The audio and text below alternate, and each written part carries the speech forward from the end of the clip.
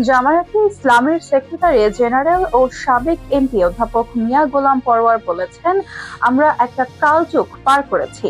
জুলাই আগস্টে বীর ছাত্র জনতার রক্ত ও চোখের পানির বিনিময়ে অর্জিত ঋণ আমাদের শোধ করতে একটি অবাধ ও সুষ্ঠু নির্বাচন জনগণের সরকার প্রতিষ্ঠার মাধ্যমে প্রয়োজনীয় সংস্কার না করে এবং পতিত ফ্যাসিস্ট ও প্রশাসনে তাদের দোসরদের রেখে নির্বাচন করলে তা গ্রহণযোগ্য হবে না। শুক্রবার সকালে গাজীপুর জেলা জামায়াতে ইসলামীর কর্মী সম্মেলনের প্রধান অতিথির বক্তব্যে তিনি এসব কথা বলেন।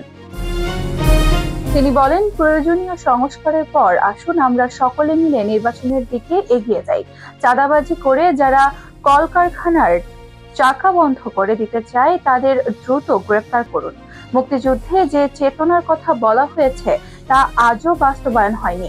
2024-এ নতুন করে দেশ স্বাধীন হয়েছে। জামায়াতে ইসলামী দেশে একটি সুদমুক্ত এবং দুর্নীতি ও সন্ত্রাসমুক্ত জাকাত ভিত্তিক কল্যাণ রাষ্ট্র প্রতিষ্ঠায় কাজ করছে। একমাত্র আল্লাহর বিধান পালনের মাধ্যমেই আমাদের সেই কল্যাণ রাষ্ট্র প্রতিষ্ঠা করতে হবে।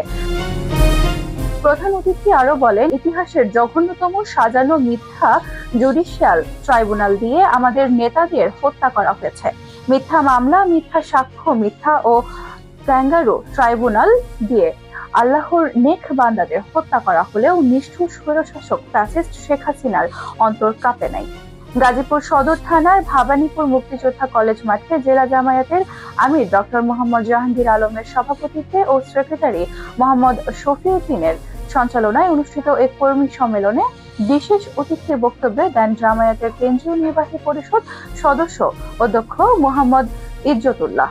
এ সময় উপস্থিত ছিলেন জামায়াতের কেন্দ্রীয় সাংগঠনিক সেক্রেটারি ডক্টর মোহাম্মদ সামিউল হক ফারুকী, জামায়াতের কেন্দ্রীয় মজলিসে সুরা সদস্য ও গাজীপুর জেলার সাবেক আমির মোহাম্মদ আবুল হাশেম খান, 2024-এর আন্দোলনে পঙ্গুত্ব বরণকারী মুকুল কুমার দত্ত, গাজীপুর মহানগর জামায়াতের আমির অধ্যাপক মুহা জামাল উদ্দিন, গাজীপুর মহানগর জামায়াতের নায়েবে আমির মোহাম্মদ খায়রুল হাসান, গাজীপুর জেলা জামায়াতের নায়েবে আমির মাওলানা শেফাউল হক, গাজীপুর মহানগর জামায়াতের নায়েবে আমির মোহাম্মদ হোসেন আলী।